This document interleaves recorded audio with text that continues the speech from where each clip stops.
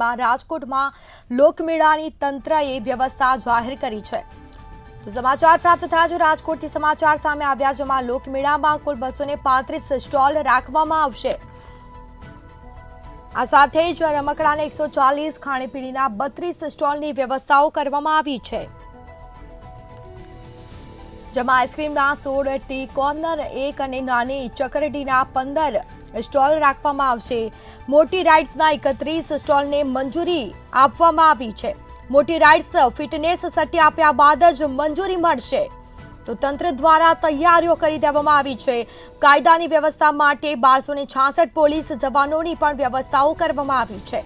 આ સાથે 125 private security સાથે જ 14 વોચ ટાવરની વ્યવસ્થાઓ કરવામાં આવી છે। સિક્યુરિટી સહિત વોચ ટાવરની પણ વ્યવસ્થાઓ કરવામાં આવી, જેમાં 17 જગ્યાએ ફ્રી પાર્કિંગ પણ રાખવામાં આવ્યા છે। તો લોકમેળાની તૈયારીઓ કરવામાં આવી છે। આ સાથે જ તમામ મંજૂરીઓ લેવામાં આવે છે અને તે બાદ જ સર્ટી આપ્યા બાદ મંજૂરી મળશે। મેળા માટે 10 કરોડનો વીમો પણ લેવામાં આવ્યો છે। આ સાથે જ 5 એમ્બ્યુલન્સ અને 5 ફાયર ફાઇટર સ્ટેન્ડ બાય રખાશે, જેમાં રાત્રિના 11:30 કલાકે મેળાની એન્ટ્રી બંધ કરવામાં આવશે। તો મેળાને લઈને જે વ્યવસ્થાઓ કરવામાં આવી છે, આ સાથે જ તમામ સ્ટોલ પણ રાખવામાં આવ્યા છે। તો વધુ વિગતો સાથે સંવાદદાતા ધ્રુવ કુંડેલ ફોન લાઈન પર જોડાઈ ગયા છે। જી, રાજકોટમાં લોકમેળાની તંત્રએ વ્યવસ્થાઓ જાહેર કરી છે, શું માહિતી? ચોક્કસથી રાજકોટનો લોકમેળો છે આ વખતે ખૂબ જ વ્યવસ્થિત બનશે તે પ્રકારનો હાલ તંત્ર ક્યાંક પ્રયત્ન કરી રહ્યું છે। લોકમેળામાં કુલ 235 સ્ટોલ રાખવામાં આવશે।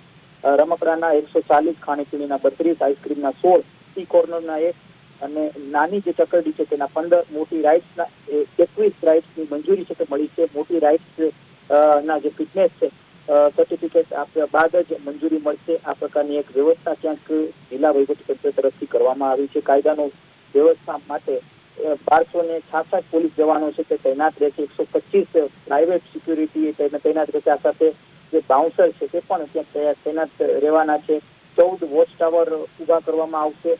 આ સાથે 17 જગ્યાએ ફ્રી પાર્કિંગ રાખવામાં આવશે, એટલે કે કોઈ પણ પ્રકારની અવ્યવસ્થા ન થાય તેનું ધ્યાન છે તે રાખવામાં આવ્યું છે। મેળા માટે 10 કરોડનો વીમો પણ છે તે લેવામાં આવ્યો છે। ખૂબ જ મહત્વપૂર્ણ આ નિર્ણય છે તે જિલ્લા વહીવટીતંત્ર તરફથી લેવામાં આવ્યો છે। 5 એમ્બ્યુલન્સ અને 5 ફાયર સ્ટેન્ડ બાય છે તે રાખવામાં આવશે।